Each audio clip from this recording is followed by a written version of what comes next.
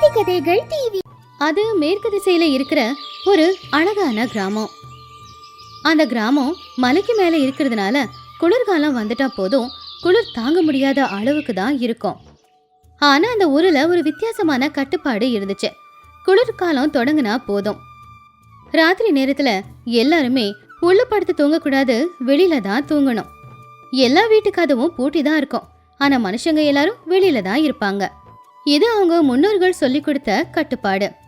அன்னைக்கு ராத்திரி நேரம் ஊர் முழுக்க பயங்கரமான ஒரு குளிர். ரங்கையா ஒரு வீட்டு வாசல்ல ஒரு கைத்துக்கட்டில படுத்துக்கிட்டு இருந்தாரு. அவர் பக்கத்திலேயே கீழே தரையில மனைவி ரங்கம்மா படுத்துக்கிட்டு இருந்தாங்க. ஐயோ ரங்கம்மா, என்னடி குளிருது? இந்த வருஷம் குளிர் பேய் மாதிரி இருக்கே. என் உயிர் எடுக்காம குளிர்காலம் போகாது போலையே. அப்போ ரங்கம்மா தலையை காட்டி, அமைதியா இருங்க, எல்லா வருஷமும் இந்த மாதிரி தானே நடக்குது. குளிர்காலத்துல குளிராம நல்லா கதகதப்பாவா இருக்கும். போர்வையை போத்திட்டு தூங்குங்க. என்னது படுக்கிறதா? குளிர்ல உனக்கு எப்படிடி தூக்கம் வருது? நாம இருக்கிறதே மலைக்கு மேல ஆகாயம், கீழே தர, நடுவில் ஒரு கட்டில். ஒரு போர்வையை போத்திக்கிட்டா குளிர தாங்கிக்க முடியுமா? பேசாம வீட்டுக்குள்ள போய் தூங்கலாமே. என்னதான் உங்க பைத்தியக்காரத்தன வழக்கமோ? ரங்கம்மா எழுந்துச்சு உக்காந்து, ஏங்க கொஞ்சம் பார்த்து பேசுங்க. இது ஒன்றும் பைத்தியக்காரத்தனம் இல்லை. இது எங்க தாத்தா காலத்துல இருந்து இருக்கிற கட்டுப்பாடு. மார்கழி மாசத்துல வெளியில தான் படுக்கணும், ஜனங்களோட கஷ்டங்களை புரிஞ்சுக்கணும் அப்படின்னு ஊர் பெரியவங்க சொல்லியிருக்காங்க. அதை மீறினா கெட்டது நடக்குங்க. அத கடவுள்கிட்ட கேட்டுக்கோ. எனக்கு ஜுரம் வரா மாதிரி இருக்கு. பக்கத்து ஊர்லலாம் பாரு, எல்லாரும் வீட்டுக்குள்ள படுத்து நல்லா தூங்குறாங்க. நம்ம ஊரு மட்டும்தான் இப்படி இருக்கு. நம்ம ஊரோட பெருமையே அதுதான். சுகத்துல இருக்கிறவனுக்கு கஷ்டத்தை பத்தி என்ன தெரியும்? இந்த குளிர்ல வீடு இல்லாம இருக்கிறவங்க எல்லாரும் எவ்வளவு கஷ்டப்படுவாங்கன்னு நினைச்சு பாத்தீங்களா? அதெல்லாம் தெரிஞ்சுக்கிறதுக்காக தான் இந்த ஊரு கட்டுப்பாடு. உனக்கு என்ன? உனக்கு கொழுப்பு அதிகம், அதனால இதெல்லாம் தாங்கிப்ப.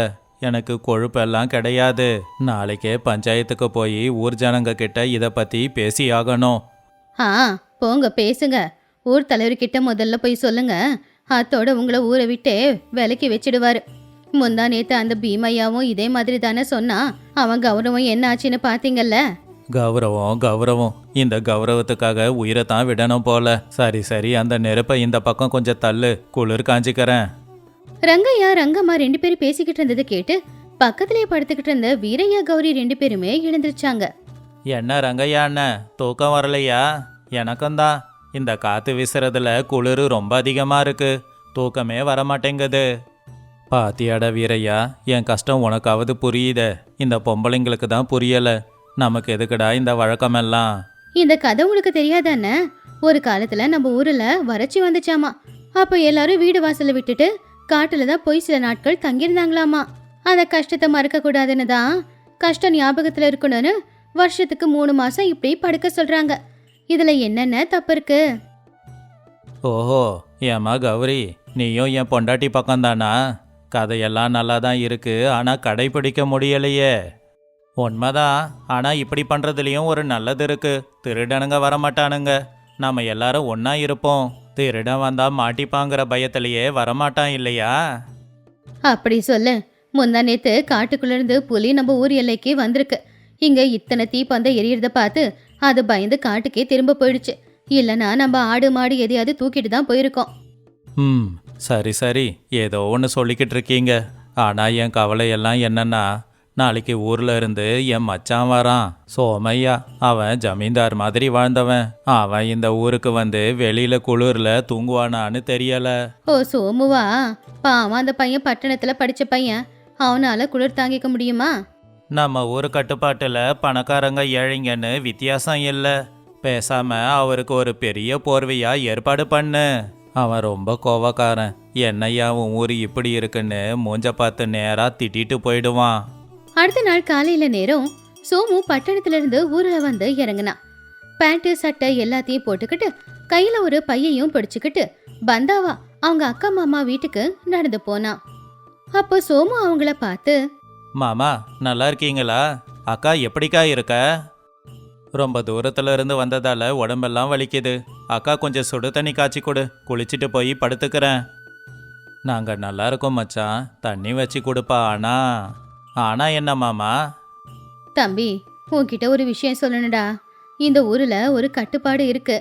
இந்த மாசம் முழுக்க யாரும் வீட்டுக்குள்ள படுத்து தூங்கக்கூடாது. அதை கேட்டு சோமு, என்னது, வீட்டுல தூங்கக்கூடாதா? அப்ப எங்க தூங்கணும்? மரத்து மேலையா?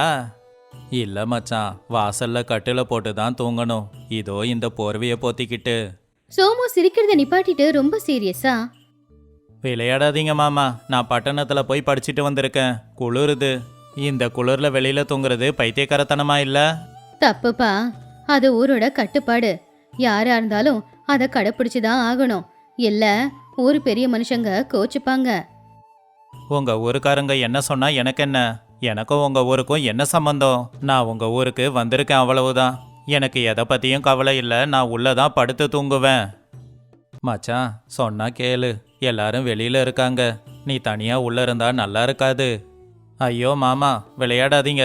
என்னால இந்த குளிர்ல வெளியில படுத்து தூங்க முடியாது. அக்கா, சீக்கிரம் சாப்பாடு கொடு. நான் சாப்பிட்டுட்டு படுத்து தூங்க போறேன். பாத்தியா, நான் முதல்லயே சொன்னனே அவன் கேட்க மாட்டான்னு. இப்ப ஊர் ஜனங்க பார்த்தா என்ன ஆகுறது? சரி விடுங்க. அவனுக்கு பிடிச்ச மாதிரியா அவன் உள்ளேயே படுத்து தூங்கட்டும். நாளைக்கு பஞ்சாயத்துல கேள்வி கேட்டா அப்ப பதில் சொல்லிக்கலாம். அன்னைக்கு ராத்திரி நேரம் ரங்கையா ரங்கம்மா 2 பேரும் வீட்டு வாசல்ல படுத்துக்கிட்டு இருந்தாங்க. ஆனா சோமு மட்டும் வீட்டை விட்டு வெளியில வராம உள்ளேயே கதகதப்பா போர்வையை இழுத்து போத்திக்கிட்டு தூங்கிக்கிட்டு இருந்தான். இத கவனிச்ச வீரையா எழுந்திருச்சு ரங்கையா கிட்ட இப்படி கேட்டான். என்ன ரங்கையா அண்ணன், உன் மச்சான் வீட்டுக்குள்ள படுத்து தூங்குறான் போல இருக்கு. நம்ம ஊரு கட்டுப்பாடு அவனுக்கு தெரியாதா? என்ன பண்ண சொல்ற வீரையா? அவன் சொன்னா கேட்க மாட்டேங்கிறான். என்ன பைத்தியக்காரத்தனோன்னு திட்டுறான். உங்க மச்சான் தப்பு பண்றான்னு. எல்லாரு கூடவும் சேர்ந்து வாழ பழகணும். இப்படி தனியா வாழ பழகக்கூடாது. பரவாயில்ல விடு கௌரி. அவன் புதுசுல அவனுக்கு தெரியாது. அவனே போக போக புரிஞ்சுப்பான்.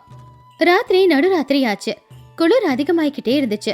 வெளியில இருக்கிறவங்க குளிர் தாங்க முடியாம நெருப்பு மூட்டிக்கிட்டு உக்காந்துக்கிட்டு இருந்தாங்க. சோமு மட்டும் உள்ள படுத்து தூங்கிக்கிட்டு இருந்தான். அந்த நேரத்துல ஒரு பயங்கரமான சத்தம் கேட்டுச்சு. தூரத்துல இருந்து யாரோ கத்துற மாதிரி.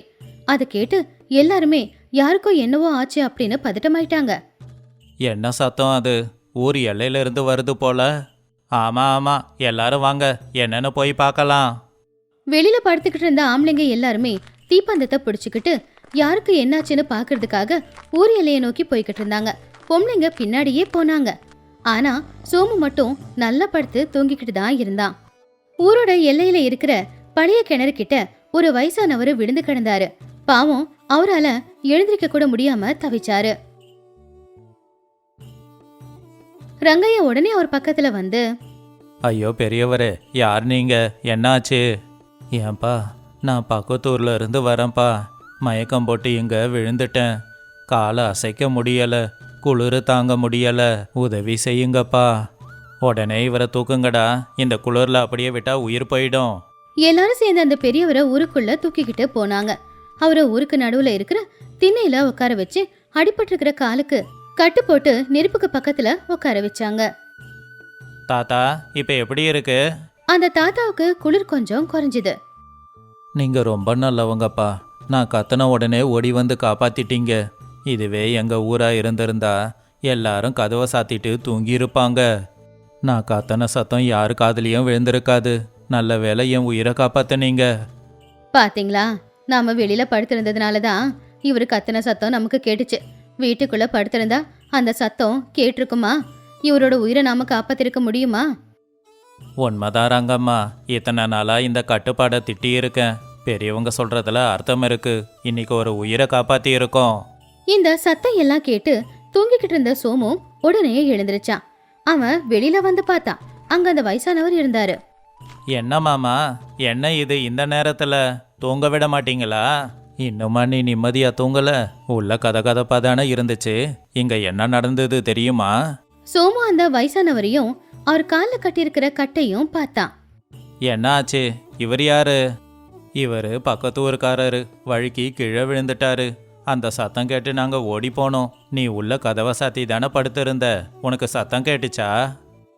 இல்லையே, எனக்கு எதுவும் கேட்கலையே. இங்க பாரு தம்பி, நாங்க வெளியில படுக்கிறோமே, இது எங்க ஊர் கட்டுப்பாடு தான். ஆனா அர்த்தம் இல்லாம யாரும் இந்த மாதிரி சொல்ல மாட்டாங்க.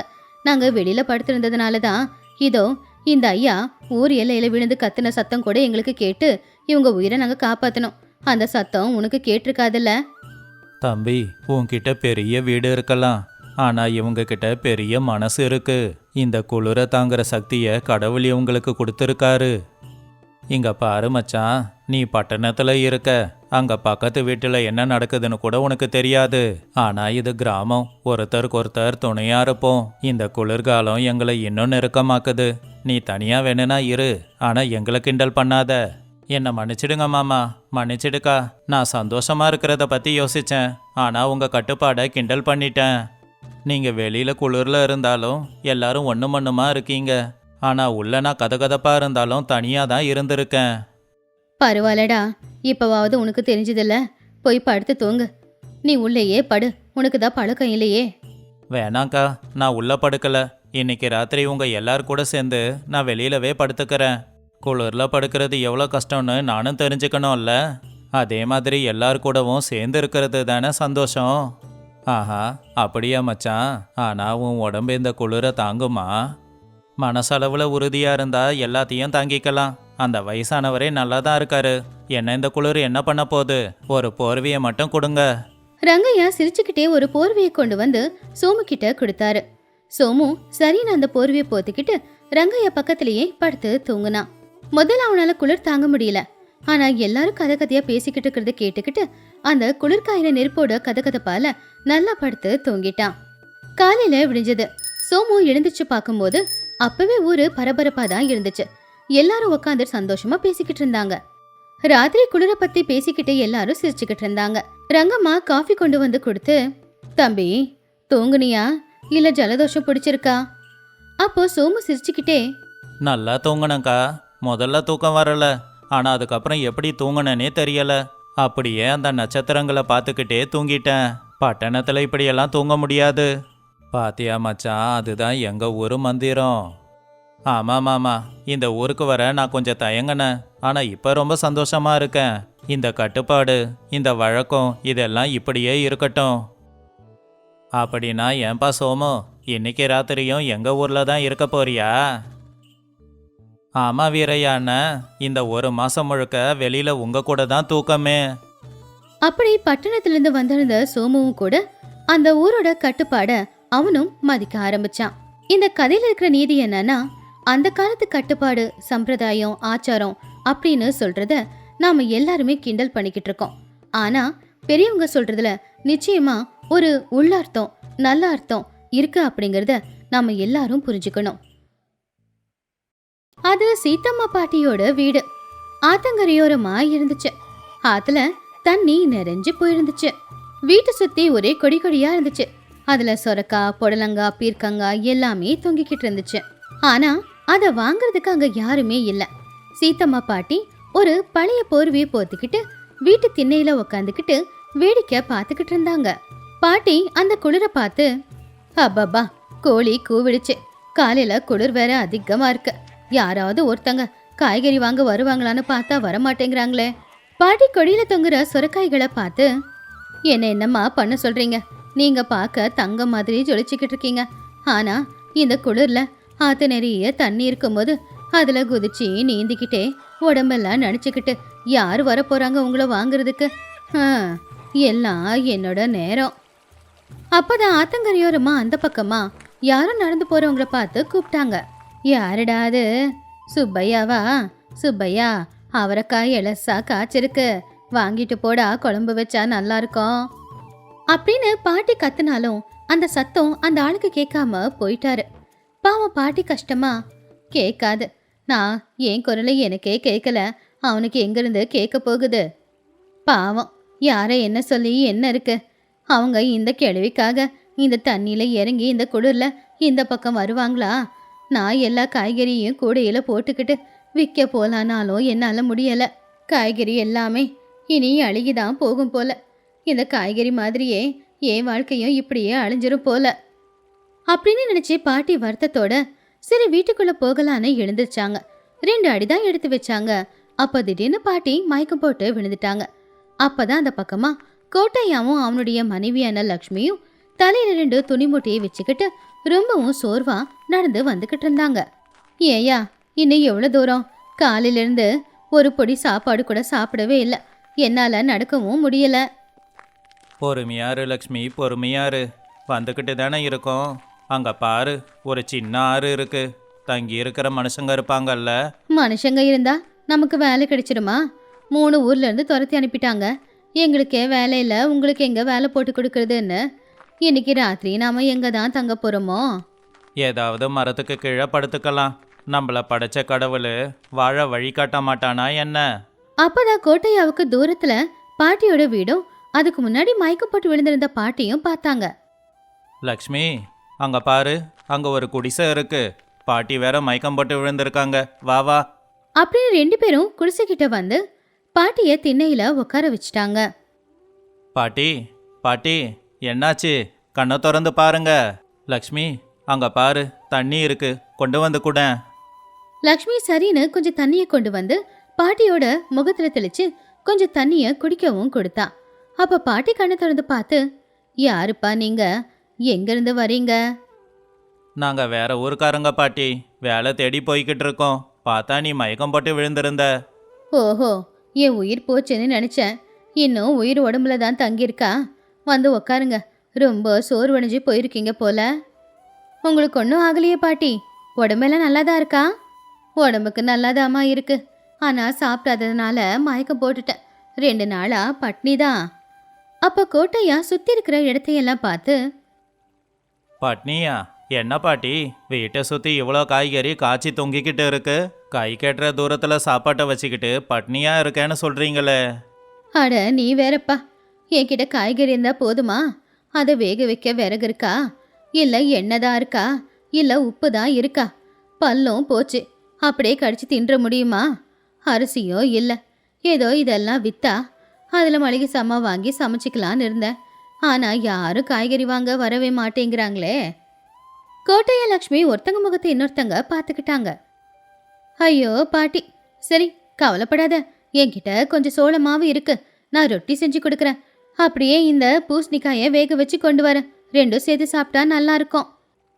அப்பாடா, கடவுளே நேரில் வந்த மாதிரி இருக்கு. வீட்டுக்குள்ளே போமா, அடுப்பு பக்கத்தில் ஒரு 4 விறகு வச்சிருக்கேன். வீட்டுக்குள்ள ஒரு சின்ன விளக்கு எரிஞ்சுக்கிட்டு இருந்துச்சு. லக்ஷ்மி அடுப்பை பற்ற வச்சு ரொட்டியையும் செஞ்சு அப்படியே பூசணிக்காயையும் வேக வச்சு கொண்டு வந்தா. வெளியில குளிருக்கு நெருப்பு மூட்டிக்கிட்டு சுத்தி உட்காந்து எல்லாரும் சாப்பிட ஆரம்பிச்சாங்க. சும்மாவா சொன்னாங்க பசி ருசி அறியாதுன்னு? உப்பே இல்லைனாலும் பூசணிக்காய் நல்லா இருக்கு. நீங்க வரலனா இன்னைக்கே நான் செத்து போயிருப்ப போல தெரியுது. ஆமா, நீங்க எங்க தான் போறீங்க? தெரியல பாட்டி, எங்கேயாவது வேலை கிடைக்கும்னு போய்கிட்டு இருக்கோம். இந்த ராமாபுரத்தில் வேலை கிடைக்கும்னு சொன்னாங்க. அதான் வந்தோம். எங்கள் ஊரில் வறட்சி, அதான் வேற ஊரை தேடி போய்கிட்டு இருக்கோம். ராமாபுரமா? அதோ இந்த ஆத்துக்கு அந்த பக்கம் இருக்கிறது ராமாபுரம், இது சீதாபுரம். இங்கிருந்து ராமாபுரத்துக்கு எப்படி போவீங்க? பரிசலும் இல்லை, படகும் இல்லை. சுற்றி போகணும்னா 13 கிலோமீட்டர் நடந்து போகணும். ஐயோ, அவ்வளோ தூரமா? என்னால் முடியாது பாட்டி, என் காலில் அவ்வளோ பலம் இல்லை. அதுதாம்மா என்னோட பிரச்சனையும். இந்த ஆறுல கடல் மாதிரி தண்ணி வந்துருச்சு. ஜனங்களால இந்த பக்கம் வரவும் முடியல, என்னாலையும் அந்த பக்கம் போக முடியல. நடுவில் நான் மாட்டிக்கிட்டேன். கோட்டையா யோசிக்க ஆரம்பிச்சான். அவன் சாப்பிட்டுக்கிட்டே அந்த பக்கம் திரும்பி ஆத்துல இருக்கிற தண்ணி, பாட்டியோட வீடு சுற்றி இருக்கிற காய்கறியை பார்த்துக்கிட்டு இருந்தான். பாட்டி, நான் ஒன்று கேட்கவா? என்னப்பா கேளு. எங்களுக்கு எப்படியும் வேலை இல்லை. உங்ககிட்ட வேலை இருக்கு, ஆனால் செய்ய முடியல. இந்த காய்கறியை விற்று பணம் சம்பாதிச்சுட்டு வரேன். 3 பேரும் சாப்பிடலாம்ல? என்கிட்ட என்னப்பா வேலை இருக்கு? இந்த செடி கொடங்களுக்கு தண்ணி ஊத்துறது, அதை நான் தவழ்ந்துக்கிட்டு போயாவது ஊத்திடுவேன். உண்மையான கஷ்டம் விற்கிறது இல்லையா? அதான் பாட்டி நானும் சொல்கிறேன். விற்கிற வேலையை நான் செஞ்சுட்டு வரேன். அதுக்கு பதிலாக எங்களுக்கு 3 வேளை சோறு போடு. விற்க போறியா? எப்படிப்பா? அவ்வளோ தூரம் நடந்து போய் மூட்டையை சுமந்துக்கிட்டா அதெல்லாம் கஷ்டம்ப்பா. நடக்க மாட்டேன் பாட்டி, நானும் நடக்க மாட்டேன். காய்கறியும் நடக்க வைக்க மாட்டேன். எப்படி கொண்டு போகிறேன் பாரு. ஏயா, என்ன செய்ய போற? காத்துல பறந்து போக போறியா? பறந்தெல்லாம் போக மாட்டேன், தண்ணி வழியாக தான் போக போகிறேன். பாட்டி, உங்கள் வீட்டுக்கு பின்னாடி பெரிய பெரிய மூங்கில் கொம்பு, அப்புறம் பெரிய பெரிய பலகைலாம் இருக்கிறத பார்த்தேன். அதை வச்சு ஒரு படகு பண்ணிக்கிறேன். அப்புறம் தண்ணியில் ஓட்டிக்கிட்டு போவேன். படகா? உனக்கு செய்ய தெரியுமா? பாட்டி, எங்கள் அப்பா மர வேலை செய்கிறவர். அவர்கிட்ட படகு செய்ய நான் கற்றுக்கிட்டு இருக்கேன். உன்கிட்ட இருக்கிற எல்லா கயிறையும் கூட அதை வச்சு எப்படியாவது ஒரு படகை தயார் பண்றேன். உன்னையும் படகுல ஏத்திக்கிட்டு ராமாபுரத்துக்கும் சீதாபுரத்துக்கும் போறேன். அழகா காய்கறி எல்லாத்தையும் வித்துடலாம். இது நல்ல யோசனை. நாமளும் எதையும் தூக்க தேவையில்லை, நடக்கவும் தேவையில்லை. உண்மையிலே இது செய்ய முடியுமாப்பா? அப்படின்னா மறுபடியும் எனக்கு ஒரு வாழ்க்கை கொடுக்க போறியா? நம்பிக்கையா இருங்க பாட்டி. நாளைக்கு காலையிலேயே வேலையை ஆரம்பிக்கிறேன். நல்லபடியா படகையும் செஞ்சு முடிக்கிறேன். நீங்க 2 பேரும் கடவுள் மாதிரி வந்திருக்கீங்க. படகெல்லாம் செஞ்சு முடிக்கிற வரைக்கும் இங்க இவ்வளோ காய்கறி இருக்கு. இதை வேக வச்சு சாப்பிடலாம். வேலையை ஆரம்பிங்க. கோட்டையா வேலையை தொடங்கினான். லக்ஷ்மி அவனுக்கு உதவிகளை செஞ்சுக்கிட்டு இருந்தா. மூங்கில் கொம்பையெல்லாம் வெட்டி கொண்டு வந்தாங்க. பாட்டி திண்ணையிலேயே உட்காந்துக்கிட்டு அவங்கள பார்த்துக்கிட்டு இருந்தாங்க. லக்ஷ்மி, அந்த கயிறையும் ட்ரம்மையும் கொண்டு வா. ட்ரம்மை இந்த மூங்கில் கம்பத்துக்கு கீழே வச்சு கயிறை போட்டு நல்லா இறுக்கி கட்டணும். அப்ப லக்ஷ்மி கயிறை கொடுத்து, ஏங்க உண்மையிலே இந்த படகு தண்ணியில மிதக்குமா, இல்ல நம்ம தண்ணியில முழுகிடுவோமா? என் வேலை மேல உனக்கு சந்தேகமா? எங்க அப்பா செஞ்ச படகெல்லாம் வெள்ளம் வந்தா கூட மூழ்கி போகாது. அதே மாதிரி தான் நானும் செய்வேன். நீ பார்த்துக்கிட்டே இரு, எவ்வளோ அழகா செஞ்சு முடிக்கிறேன்னு.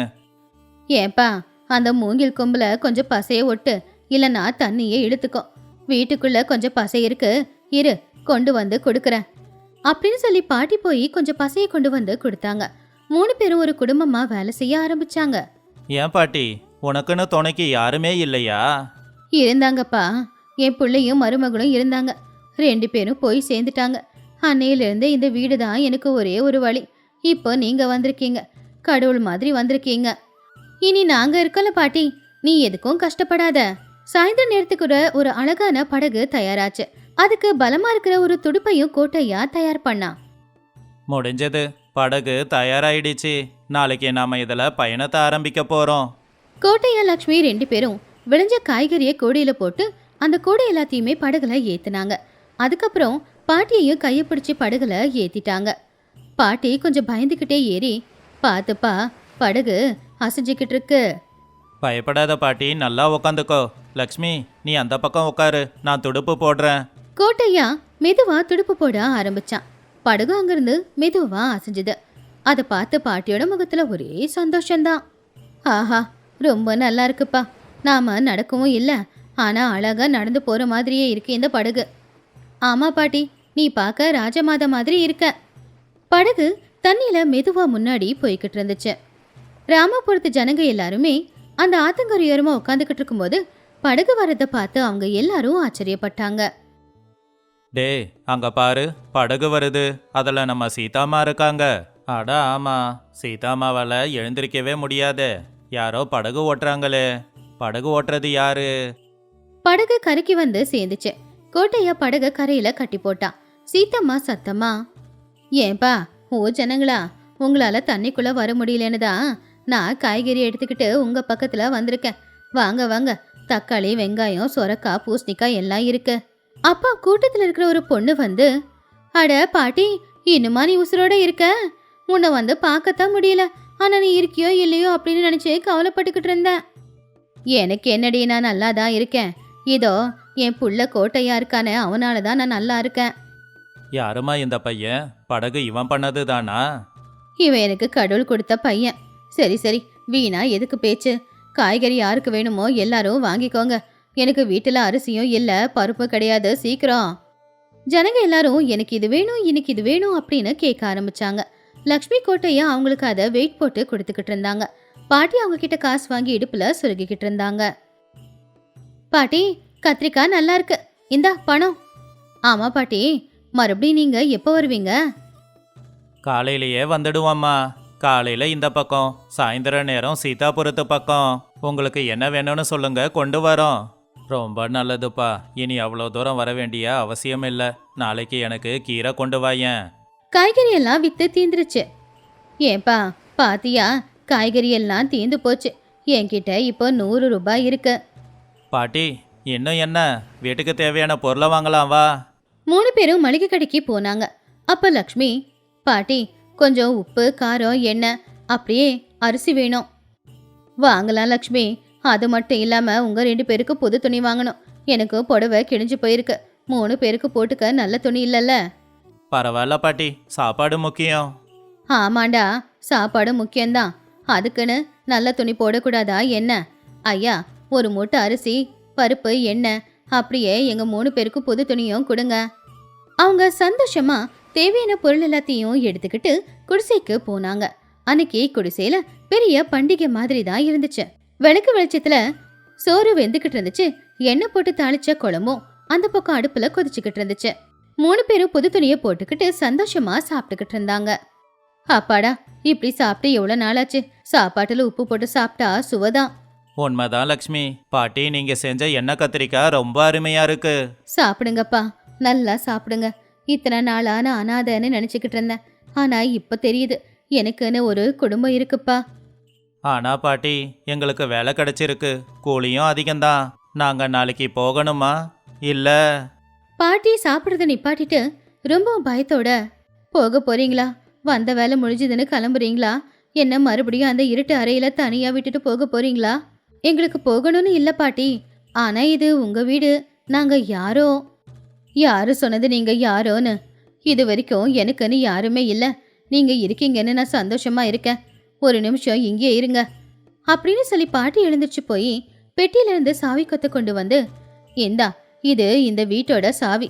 இந்த வீடு, தோட்டம், இது எல்லாம் இனி உங்களுக்கு தான் சொந்தம். நான் இருக்கிற வரைக்கும் என்ன பாருங்க. நான் போயிட்டதுக்கு அப்புறம் நீங்களே இருந்துக்கோங்க. பாட்டி, இதெல்லாம் எங்களுக்கு தேவையில்லை. எங்களுக்கு தாய் பாசம் போதும். உனக்கு பிள்ளைங்க இல்ல, எங்களுக்கு தாய் தகப்பன் இல்ல.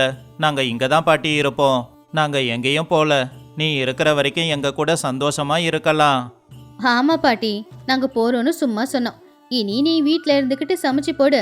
2 பேரும் வியாபாரத்துக்கு போயிட்டு வந்துடுறோம். சரிம்மா. இனி இந்த குடிசையில எப்பவுமே இருட்டு இருக்கவே கூடாது. இந்த கதையில இருக்கிற நீதி என்னன்னா, ஒருத்தங்களுக்கு இன்னொருத்தங்க உதவி செஞ்சுக்கும் போது ஒரு உறவு உண்டாகும். அந்த உறவு காலத்துக்கும் நிலைச்சிருக்கணும்னா அந்த உறவுல உண்மை, நேர்மை, அன்பு, பாசம் இருக்கணும்.